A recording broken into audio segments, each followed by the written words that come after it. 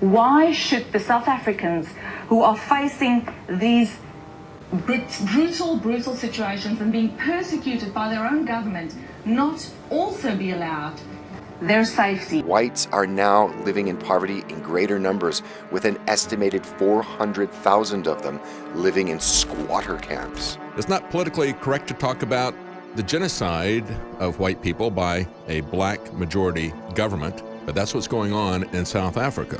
There is a horrific and purposeful genocide going on against white South Africans. Queensland Liberal Andrew Laming says he's been worried by reports white farmers were victims of state-sponsored persecution. By mercenaries who have potentially been trained by the state. 47 farmers in South Africa get killed by ANC-connected communists. This is government-sanctioned murder. Yeah. They are now targeted for murder, targeted for extinction. It is a policy of racism and genocide. And even people will say, oh, that's a conspiracy, that's a conspiracy. It's not a conspiracy. What's most important now is getting information like this out about what's happening to this persecuted minority that is constantly being threatened with genocide by the majority of their countrymen as well as by their very own government. There will be no white farmers left in South Africa within 3 years. Some say they don't have that long. The whites are being systematically cleansed from the land.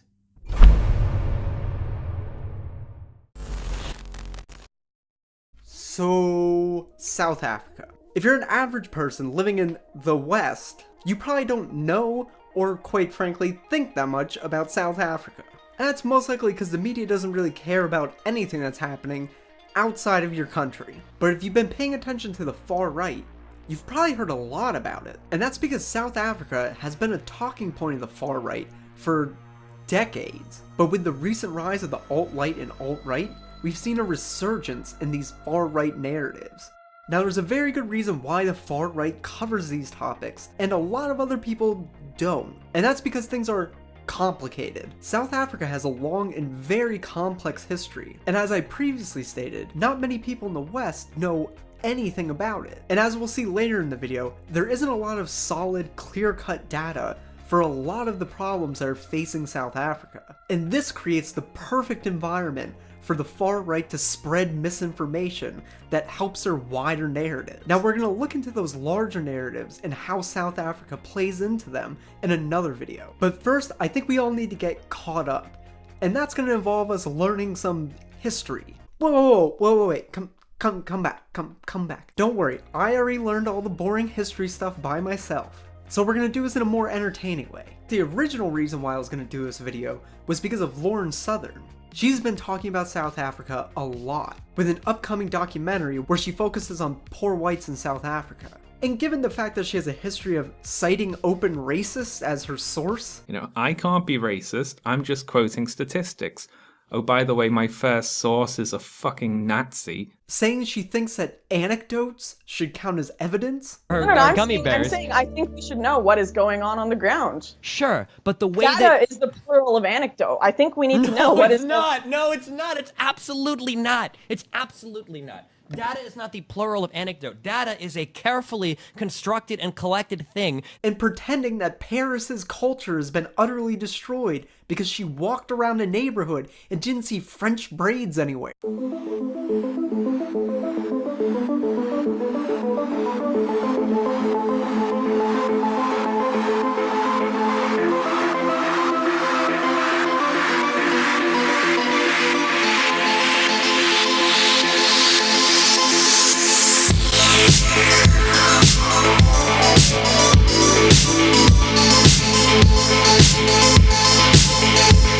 I thought it would be a pretty easy and fun video to debunk, but then I found this, and it's a video where she's addressing why she's only focusing on white people in South Africa. And basically what she says is that the mainstream media is biased because they only cover black South Africans and not news about white South Africans.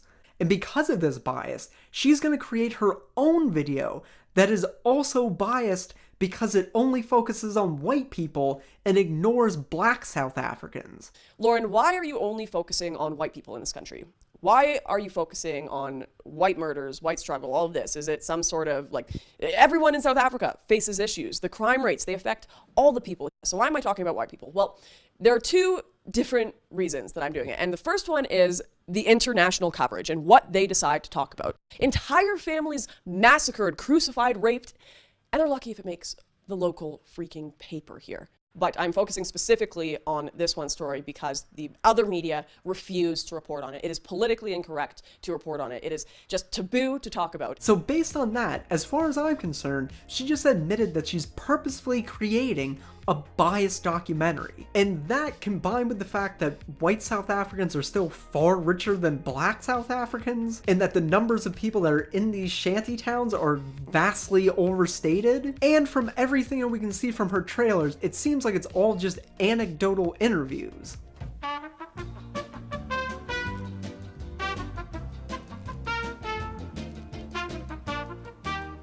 I figured that it would actually be too easy to debunk that video.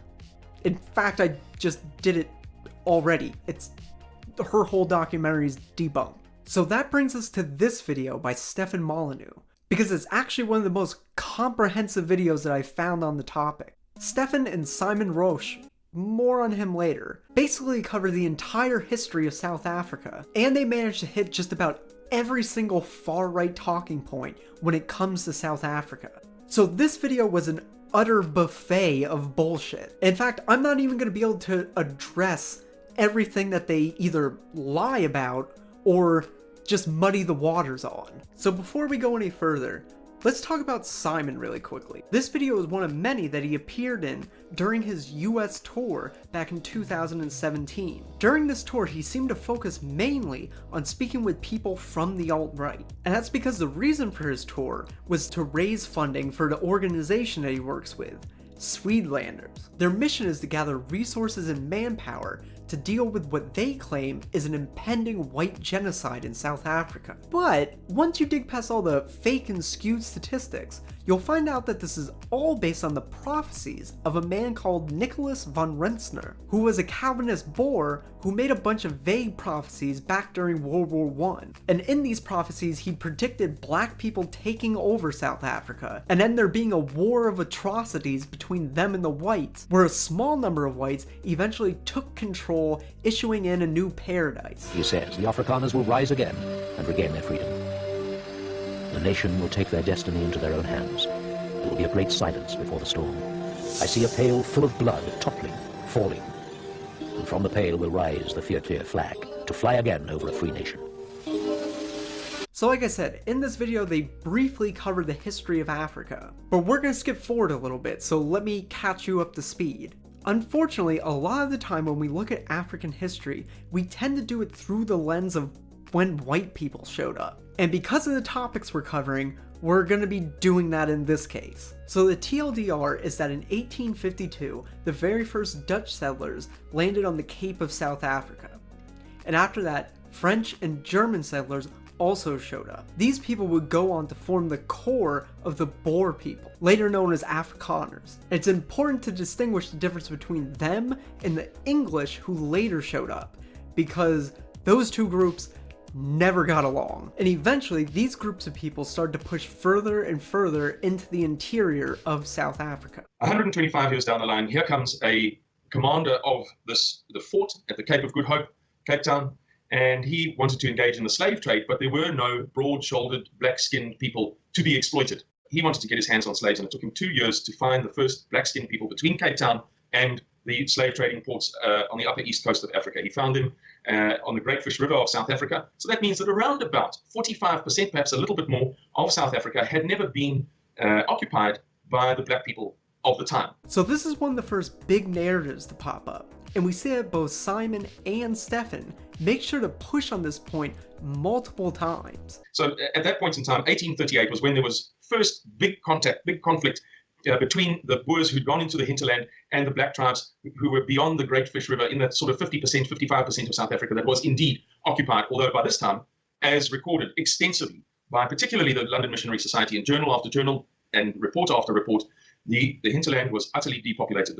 So we have, I mean, for almost 200 years, we have Boer expansion into generally unoccupied territory. I mean, it's like setting up your farms on the Antarctic. I mean, with this, you know, you maybe displace a few penguins, but you're not really impacting human settlements. But let's remember, of course, largely unpopulated land. And what they're talking about here is the myth that much of the land in South Africa was unoccupied before white settlers arrived. And I say that it's a myth because there's no anthropological evidence supporting it, and we have evidence contradicting it. This myth dates back to before 1866, and it was originally created by Europeans to justify their move into these lands. Fast forward to the beginnings of apartheid, and we'll also see that it was the underpinnings of the Natives Land Act. This act created 10 homelands, which black Africans were then forcibly moved into. And of course, while making these homelands, whites made sure that they got to keep the best farmland. Ultimately, this meant that 70% of the population was crammed into only 13% of the land. We'll talk a little bit more about the homelands later in the video. So the Boer myth claims that the Bantu people moved southward into the area of the Fish River around the same time that the Boers moved northward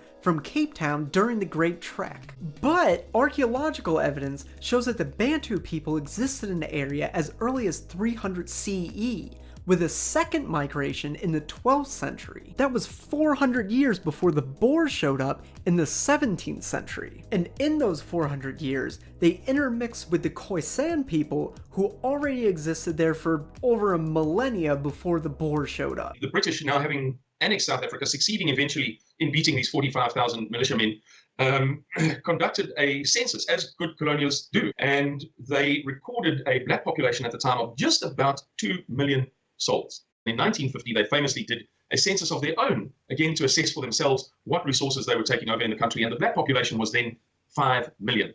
The white population was just about 2 million. But the population of blacks under white, I wouldn't say rule, but under white authority, has been steadily increasing. And that is not what people often think about when they think of, you know, the decimation of colonial powers and destroying the local population, driving them off cliffs and into the ocean and into graves. No, well, between 1950 and the year 2000, the black population, as we said, went from 2 million to 5 million. Now it goes from 5 million to 40 million, an eightfold increase in 2 generations. It's a phenomenon. And these are the things that make us so frustrated, these egregious facts and figures that the world overlooks, and we believe it's deliberate, because how can such phenomena not be acknowledged? Okay, so this is another weird argument that's brought up multiple times. It's weird for 2 reasons. The first is that it's all around a bad argument. The fact that the black population grew in this time period says nothing to the living conditions that they were in, or to how they lived as second-class citizens when compared to whites. For example, the black population grew in America under slavery, even after it was made illegal to import new slaves, and the black population continued to grow even more under Jim Crow. But that doesn't mean that their quality of life was good or that they had freedoms. And the second reason why this is a weird argument is because of Stefan politics. Considering this is a man who thinks that taxes are oppressive, he seems very quick to excuse the abhorrent conditions that black Africans lived under. Are you against the horrors of the permanent underclass that has been created by government education and the welfare state? Does your conscience say that this is monstrous and evil, and it's the most destructive thing that has ever been foisted on the poor outside of the medieval goddamn plague? If you're a cow in an electrified paddock and you want to spray paint on your side, I don't like me paddocks. Farmer doesn't care. Just stay in the goddamn fence and you can do whatever you want. The fence is your money. The fence is your obedience, which is enforced upon you. So when your friends say to you, I want so-and-so to be in power, I want so-and-so to be in power, I'm in favor of the war, I'm in Social Security, national debts, you name it, what they are saying to you, to your face, is, if you act upon your conscience and cease to support that which is morally repugnant to you and destructive to the lives, literally, of millions of people, if you act on that which is right, I want you kidnapped and thrown in jail for years.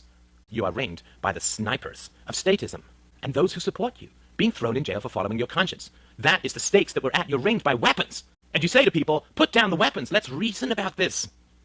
Put down the weapons. Let's reason about how to solve problems in society, how to fix things, how to get things done, so that people don't get caged, so that the unborn don't get sold off and stolen from, so that the solution to problems is not always more guns, more laws, more fucking cages.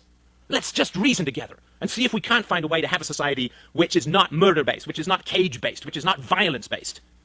This is something that is often underappreciated in this sort of general demonizing of Europeans, demonizing of Christianity, demonizing of whites. It has swung too far. Of course, criticisms can be leveled upon all occupying powers, all governments at all times. The question is, where would you rather live? But the population of blacks under white, I wouldn't say rule, but under white authority, has been steadily increasing. And that is not what people often think about when they think of, the decimation of colonial powers and destroying the local population, driving them off cliffs and into the ocean and into graves. Just because they had a lot of kids doesn't mean that they weren't poorly treated. And this is another thing that people sort of need to understand a little bit about South Africa and poverty as a whole, that, if generally white people or East Asian people get a lot of resources, they end up, focusing on careers and learning how to play the flute and learning how to do kabuki theater with skiing gloves and stuff. But what happens with other populations, if you give them a lot of resources or there's more money or food around, they just have a whole lot more kids. And that, of course, is the big challenge when it comes to trying to solve the problem of poverty. There's an old saying that the best contraception is industrialization. That's not true for all populations around the world. It's not true. It goes to archaic selection theory. The simple reality is that some people will react to it in a certain way and other people will react to it in a different way. Okay, so this argument goes by really quick, and most people wouldn't even think that much of it. But both Simon and Stefan know who they're messaging towards. And the alt-right is all about this. And that's because these are alt-right race realist memes, specifically the RK selection theory. So the point here is to imply that black people will inherently invest a small amount of resources in many children, rather than invest a large amount of resources in a few number of children, like whites. And when they have resources, they'll squander them. The other thing that they like to ignore is that RK selection theory doesn't apply to different races of humans. In scientific terms, it applies to different species, their reproductive organs, and how their offspring develop after birth. Now, there are some people in the race realist community who try to argue that black people are actually a different species. So arguably, we could arguably be considered different species. This is not to mention the amount of separate evolution that we've gone through individually, away from them. And but we are definitely, by any standard of the imagination, different subspecies. I think that's perfectly reasonable. I've tried coaxing this out of a few different scientists, and they tend to just kind of, silently give a nod of the head without actually saying it, because it's so unpolitically correct that you just can't say, look, there are different subspecies here. But I thought it was particularly funny. There's this guy on Twitter I'm following, he's a Chinese guy, and every now and again he tweets, Chinese women, do not mate with other species. It ruins integrity of Chinese species.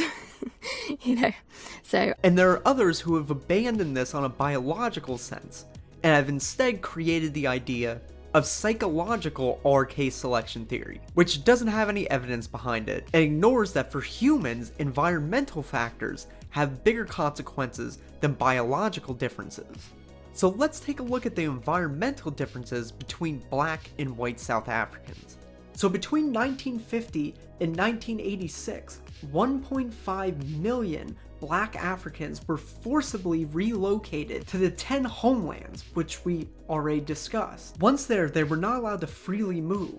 They could only leave a homeland if given permission. They also had to carry passports at all times, and were regularly beaten by police if found outside of the homelands. The passes have been enforced in South Africa for a very long time amongst the men, and it has become very clear that the pass system in South Africa is the basis of forced and cheap labor. Now, to impose such a system on the African women is to create hardships. African women will have to produce these passes on demand.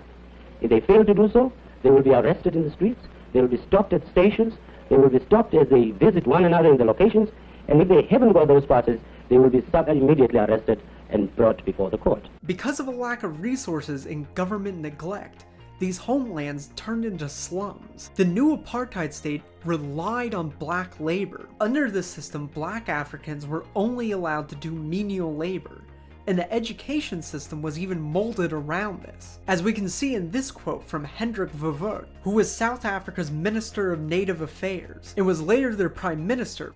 There is no place for the Bantu in the European community above the level of certain forms of labor. What is the use of teaching the Bantu child mathematics when it cannot use it in practice? That is quite absurd.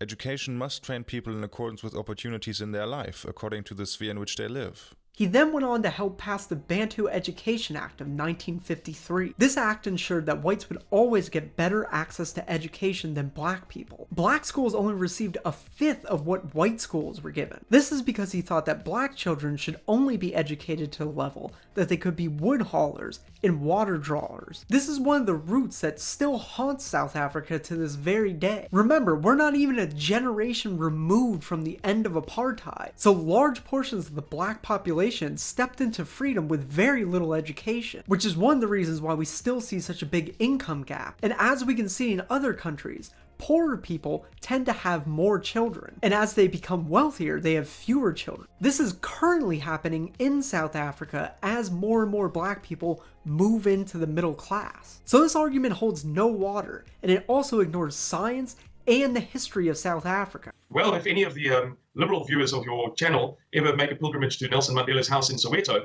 they'll pass the world's largest hospital on the left-hand side on Old Potch Road. It's called the Chris Hani Baragwanath Hospital. The largest hospital in the world was built in the middle of Soweto.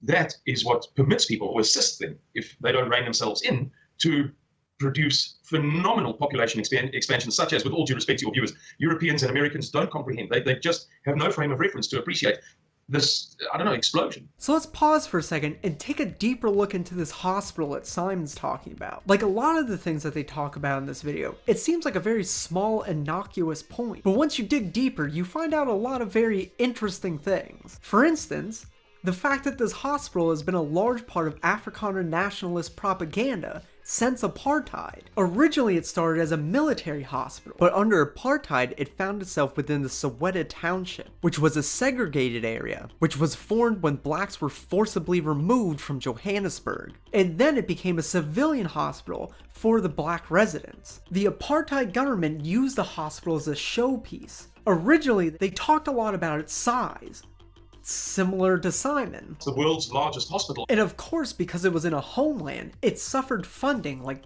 everything else. For example, in 1988, 101 doctors from that hospital signed an open letter calling the conditions disgusting and despicable. This was because the apartheid government was only spending $22 per black patient, and the hospital had served 2 million people, compared to the $100 that was spent per person in Johannesburg General, which only served 500,000 whites. It turns out that they didn't even have enough money for beds, and despite its massive size, it was overcrowded and people were sleeping on floors. So it seems pretty dishonest to act like having a big hospital and access to healthcare was good for black people, when it turns out that the hospital was overcrowded and they were getting worse care than white people, despite being a majority in the country. And it was done in the spirit of a sort of Christian conservatism. You know, unlike, and this is not to say that we're entirely benevolent and everybody else is bad, but the simple reality is that that kind of benevolence where you build the world's biggest hospital for people that you're oppressing didn't occur in Mozambique, Angola, and in Congo, Zaire under the Belgians, but it was very much a product of the hard, tough, Boer Afrikaner people. Yes, apartheid, yes, this, yes, that, yes, the other.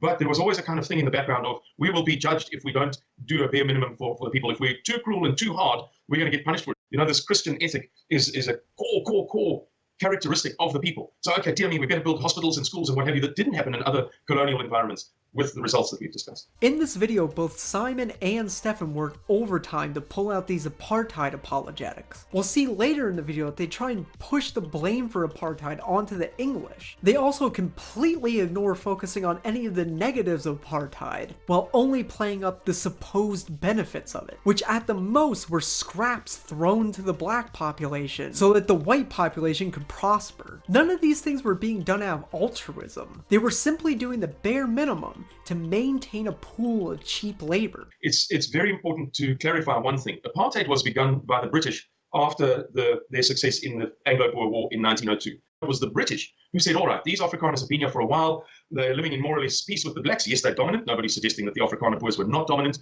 But there is no conflict. There is an absence of conflict, and the two parties are occupying more or less the same land, the same territory, the same sovereign states. The one is recognized citizens, the others are second-class citizens, but the fact remains they're okay. The British then devised various techniques and strategies which later became known as apartheid, well in advance of apartheid, up to 50 years before, and there are extensive records of this. Even if the English did start apartheid, that's still pretty irrelevant considering apartheid took place under the Afrikaner rule. But when you actually do look into it, like Simon suggests, you turn out that he's not being entirely accurate. Now, the English definitely did set up restrictive measures, which were a prelude to apartheid. But one of the most significant and drastic things that led up to apartheid, which was the Native Lands Act of 1913, happened under an Afrikaner parliament. And this was after South Africa was established as a country at the end of the Second Boer War in 1910. So the Afrikaners had control of the parliament for 3 years before they passed this act. Once again, when you look at this argument, it doesn't even stand on its face. And when you go deeper, it turns out that it's not even supported by facts. I mean, this is clearly being done to try and absolve the Boer people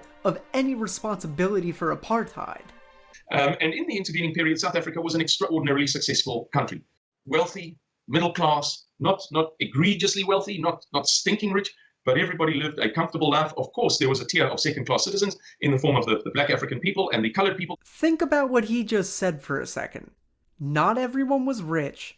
There was a comfortable middle class. Of course, there were some second-class citizens, but everyone lived comfortably. That is, unless you were 70% of the population who were living in militarized slums. Fuck you, Simon. And this has nothing to do with any particular preference for any race or ethnicity. My particular concern is as much for the blacks in South Africa as it is for any other group. Because if the general idea that population swells because higher IQ groups are in charge, and then if those higher IQ groups are displaced, then what happens is the conditions that have allowed for the creation of the larger population, if those begin to fall apart, then you face the death of millions of people, through starvation, through war, through disease, through infant mortality. You create you set the stage for a staggering amount of suffering. And so the idea that, we've just got rid of apartheid and now everything's going to be sunshine, roses and magic ponies is extraordinarily dangerous, because there is a large population right now in South Africa and in other places, of course. And if the conditions can't be continued to be met that allow for the continuance of that high population, let alone its increase, well, what's going to happen? So this is an interesting argument, because I don't know what Stefan would have actually wanted, because as we've already seen, the apartheid government worked to keep black people undereducated. Many well-educated whites left South Africa, taking their capital with them. So of course South Africa is struggling.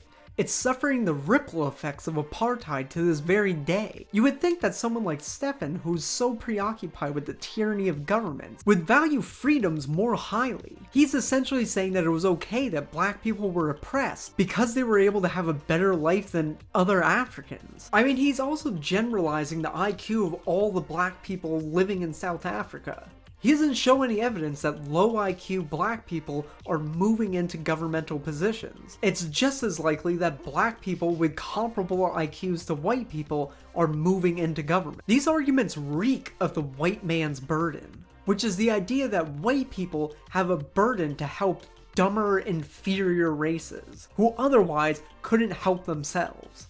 And apartheid, and I'm not entirely sure that the causes of apartheid, the productivity of apartheid, regardless of how we look at this morally, economically, it was enormously productive. So that was a really quick assertion which they never actually backed up, and it turns out that it isn't even true. The apartheid economy wasn't that particularly strong. In fact, that was one of the reasons why they moved away from it. Despite the fact that unemployment is up, the economy has grown significantly since the end of apartheid, and wages have increased. I'm not sure that there was a very clear sense of how things were going to work, other than magic pixie dust of egalitarianism and democracy is going to make everything even better than it was before. Was there anything else in place that I wasn't aware of that was going to aid in this transition? No, not at all, Stefan. You know that the whites handing over power is very much to do with this conservative Christian ethic thing. It was relatively easy to persuade people to do this unprecedented thing. I mean, almost unprecedented in history, where a group of people says, oh, all right then, we feel so guilty, we're so bad, we're such nasty people, go on, you can have it. Of course, there were many people who said this is going to end badly. But by and large, people didn't want to be responsible for being the bad guy. What they had done, what was necessary, built this terrific society, this exceptional society, and then started to think, well, maybe, we've been a bit too nasty. So it was quite easy to twist people's perspective, from inside apartheid to outside in a moment.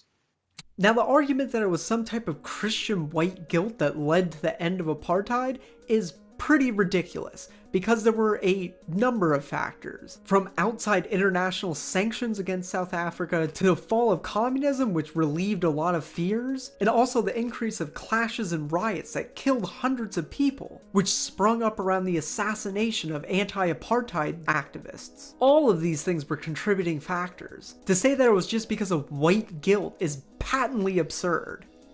And let's talk a little bit about the crime. The crime is, for those who, maybe if you live in inner cities in America or other places, it's somewhat comprehensible, but for most of us, the level of crime, the fear of being outside your own home, the fear sometimes of being inside your own home, the need for sort of barbed wire and safe rooms and weaponry and so on. Let's have a look. Just give us a sense, walk us through the numbers of murders under apartheid versus the number of murders occurring every year in South Africa at the moment. I think that the best reference point that I can give is that South Africa was known for the fact that nobody had garden walls during apartheid. And that's indicative of just how safe it was to live in South Africa. Now, everything has changed quite drastically. So this is a pretty weird anecdotal argument that he's making about walls around people's houses, which I don't even know how to verify. But even assuming that it is true, the reason why people didn't have walls around their homes before is pretty clear. It's because the walls were built around all of the poor people. And as we know, crime is correlated with poverty. So if you have all the poor people stuck in concentration camps and only let them out under strict military watch, of course the white rich population isn't going to have walls. Now, everything has changed quite drastically. The number of murders of whites by black people since the beginning of apartheid is around about 74,000. Nobody is certain. The best extrapolations and records show something like 74,000. The danger multiple is 0.44, meaning that as a three-year-old South African little girl, white girl, or as a 90-year-old granny, you stand just about half the chance of being murdered as you would have if you'd fought as a soldier in the Vietnam War. Okay, so now we're getting into the really dangerous memes. The first thing to note is that crime statistics in South Africa are very poorly kept. So nobody has a really clear picture of the crime rates for anything in South Africa. Neither Simon's numbers or my numbers are based on solid data. Everything that I was able to find was working with the best numbers available, but none of them are exact. And crime absolutely is an issue in South Africa. It's hard to find any solid numbers for crimes like theft and rape, for example. But we do know that those rates, along with the murder rate, are higher than those in Western countries. But the interesting thing is that murder rates have been on a steady decline since the end of apartheid. So despite the crime rate being very high, it's significantly lower than it was under the apartheid system. In fact, we can see that at the end of apartheid in 1994, there were an average of 74 murders a day. That has dropped to 49 per day in 2015, despite a population growth of about 40%. And the whole narrative that whites are disproportionately in danger isn't supported by the data. In fact, whites are much less likely to be murdered than black people are. This is supported by an analysis that was done in 2009 of over 1,300 murder dockets. This analysis found that over 80% of those cases, the victims were Africans. Whites only accounted for 1.8% of the cases, despite being over 8% of the population. Now you have to keep in mind that that data is very old, but it's the most recent data that exists. There are no numbers to back up Simon's claims. In fact, one of the big problems when it comes to the statistics on the farm attacks is that the race of the victims aren't kept. So despite there being a 23% increase of farm attacks in 2016 to 2017, we don't know the race of those victims. And I don't even know where he gets that 74,000 number from. It seems like he might have gotten it from this South African singer, and she doesn't cite any sources. In fact, every time that I found this number, nobody can back it up. And in a few instances when they've been challenged, they have re-advised their numbers. And that's because, like I said, there's no statistics backing this stuff up. Well, and the sentiment, this is even as of 2002, 60% of South Africans said that life was better under apartheid, which had only ended 8 years earlier. And then, this is when, to me, it's sort of like a trajectory. Like when a society is going up and a decision is made that fundamentally undermines the forward or upward progress of that society, there's momentum. The infrastructure doesn't fall apart all at once, and the economy doesn't collapse all at once. It slowly goes out of focus, like eyesight in your 50s or something. Like it slowly goes out of focus. And so even just 8 years after the end, 60% of people said that it was better under apartheid. Okay, now this one was a real rabbit hole. Mostly because none of the claims that anybody makes in this video are supported by citations anywhere. By the way, if you want to do any further reading, I've left links in the description to everything that I've talked about, citing all of my sources, because I actually care about facts. So this 60% number that Stefan quotes most likely comes from this Guardian article, but it turns out that when you actually dig into the survey that they reference, you won't find that figure anywhere. The two questions that you will find are, government under apartheid, where a majority, 57.8, rated apartheid under a 4, on a scale where worst was a 0 and the best was a 10.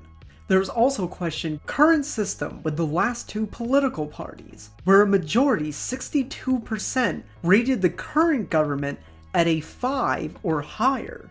When asked, is your life today better, about the same, or worse than it was under apartheid, 48.1% said that it was better or much better, and only 29.7% said that it was worse or much worse.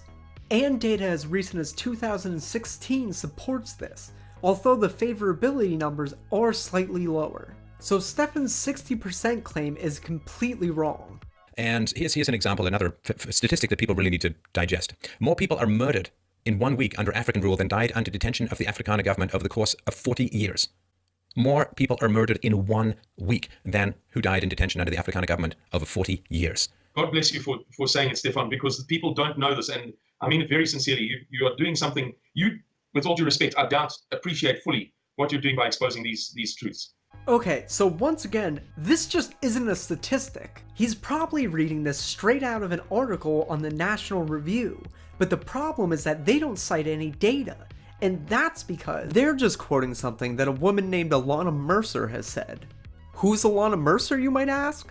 Well, she regularly writes for Jared Taylor's American Renaissance, with articles that have quotes such as this. Let not the swirl of statistics conceal the flesh and blood causalities of this black-on-white offensive. South Africa's farmers undeniably are the focus of ethnocide. Contrary to the Syrians and Somalis streaming into the United States, they would make fabulous refugees, President Trump. And this. An aging white population is speeding up diversity, blared a headline in The Hill. The reverse is likely true. Corrected, The Hill headline should have read, could speeding up diversity contribute to a decline in the white population? The now waning West became great not because it was more populated than the rest of the world and outbred it. The West was great because of its human capital, innovation, exploration, science, philosophy, because of superior ideas and the willingness to defend such civilization. And she's also the author of Into the Cannibal's Pot, Lessons for America from Post-Apartheid South Africa. Gee, that sounds like a fucking unbiased source. And even if these numbers did exist, who cares? Because ultimately he's comparing two totally different things. One is a murder rate of the entire population, and the other is a murder rate of people detained by a government who are under their oversight. But I guess if we had to take all of that into account, we wouldn't be able to push the narrative that blacks are inherently a bunch of violent savages. Now, would we? So let's take a quick detour to something that is not reported on much in the West, which is these the farm murders. And here we're going to bring in the term which many experts have brought into. It's not just a term that we are bandying back and forth, but this question of genocide. And according to the Human Rights Organization, Genocide Watch, South Africa is at a pre-genocide stage 6 of 8, which is preparation. And 8, of course, is extermination. So you never want to be anywhere on that continuum, but you sure as hell don't want to be closer to 8 than you are to 1. So a small amount of credit to Stefan here. He doesn't actually cite Genocide Watch as saying that there's currently a white genocide in South Africa, as many Afrikaner nationalists, open racists, and Simon himself has said. But he and Simon are still overstating the significance of this Genocide Watch rating. The first thing to keep in mind is that just because it's at a 6 now, doesn't mean that it's going to progress. Nobody can predict the future. We don't know how things are going to go, and we don't know what's going to have to happen to move that number up or down. Another thing to keep in mind is that other organizations that track genocides and the risks of genocides don't have South Africa at a significant risk, or even at a risk at all. There are also issues with the data that Genocide Watch uses, and the fact that they aren't transparent with their methods. Farming in South Africa is the most dangerous occupation on the planet. There are more murders per capita for farmers in South Africa than on any other community in the entire planet that isn't currently in a war zone.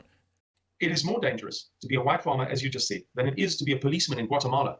Now, when we speak about farmers, we speak about the family, not the male alone in these statistics. So that means that you've got more chance of dying as a 4-year-old daughter in a farmstead in South Africa than you have if you're a policeman in Guatemala. Once again, comparing the likelihood of white people being murdered in South Africa to police officers being killed in Guatemala is ludicrous, because there just isn't any solid data supporting that. And when it comes to farm attacks specifically, the most recent numbers that we have come from a 2003 inquiry, which found that 38.4% of farm attack victims were white. Which, granted, these numbers are incredibly old and they can't be applied to current trends. But like I pointed out, that's the most recent data. Simon has nothing. Granted, the attacks that do happen are absolutely a problem, and in some cases are extremely brutal. But when we actually look at the numbers, it turns out that none of this is supported by data. These are clearly hate crimes, because if it was merely they want your wallet, they want your cell phone, they want whatever it is you've got, then this torture and rape and mutilation and so on, which we talked about occurring hundreds of years ago in South Africa, would be entirely unnecessary. That these are ideological crimes, these are hate crimes, these are race war provoking crimes that are predicated largely on, again, socialist fuel, lefty fueled resentment of farmers who were doing better, just as the communists did in Russia when they went to all the poor farmers and said, oh, those farmers are only rich because they've stolen everything from you, and then they took the land from the more productive farmers and gave it to the less productive farmers, and everyone starved damn well to death. These are crimes of ideology, they are not crimes of poverty. So once again, this is an assumption. There isn't any recent data on this. The latest numbers that we can find are once again from 2003. That inquiry found that the vast majority of attacks had robbery as the main motivation. Once again, these numbers are extremely old and we can't apply numbers from 2003 to 2017. I guess it's up to you to decide if old data or no data is better in this situation. Probably the best thing to do in this situation is not make inferences whatsoever. But you can't scare the shit out of people with that. So, if there is, as has been talked about by a variety of government representatives, a forced nationalization of this land, how does this not become a race war? I can't imagine, knowing what I do about the Afrikaners, that a lot of them are just going to say, well, that's fine, we'll give up our land, we'll go live in the squatter camps along with hundreds of thousands of other whites that have been rendered unemployable by more than 100 segregation race-based laws that have come into effect since the end of apartheid, even more than they were under apartheid. Whoa. Hundreds of thousands of whites live in squatter camps? Instead of hundreds of thousands, I think what he meant to say was around 31,000.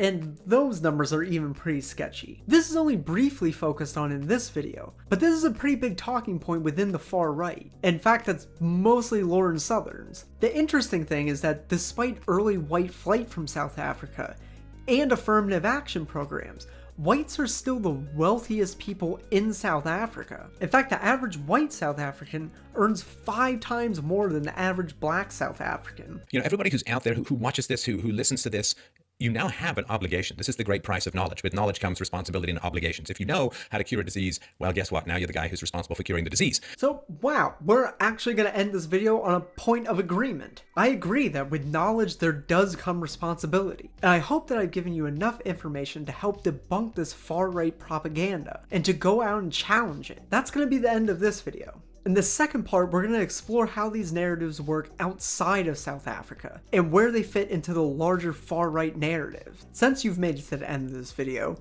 which I want to thank you very much for sticking it out, I think it's safe to say that you found this video useful. If you did, please give it a like and tell me what you thought of it in the comments below. And please consider sharing this either to like-minded people or people who might be challenged by it. And if you really like this video, please consider becoming a patron to help me make future higher quality videos. I want to thank both 3 Arrows and Claudia Brown, who are both kind enough to take the time to record voiceovers for this video. And I want to thank the MOA, who provided a lot of help for research on this video. If you don't already follow their channels, please go do so. They are fantastic. I also want to thank all of my fantastic patrons who are currently scrolling up the screen right now. I also want to give a very special thank you to Ewan Wardle, Polar Robin, Liam Waddy, Jenny Messer, Zoe Tropes, Google Hushabye Valley or I'll give you a swirly, Sleepy Slug, Adam00, and Miss Contrary. Your support has really helped to improve my videos. I cannot thank you enough.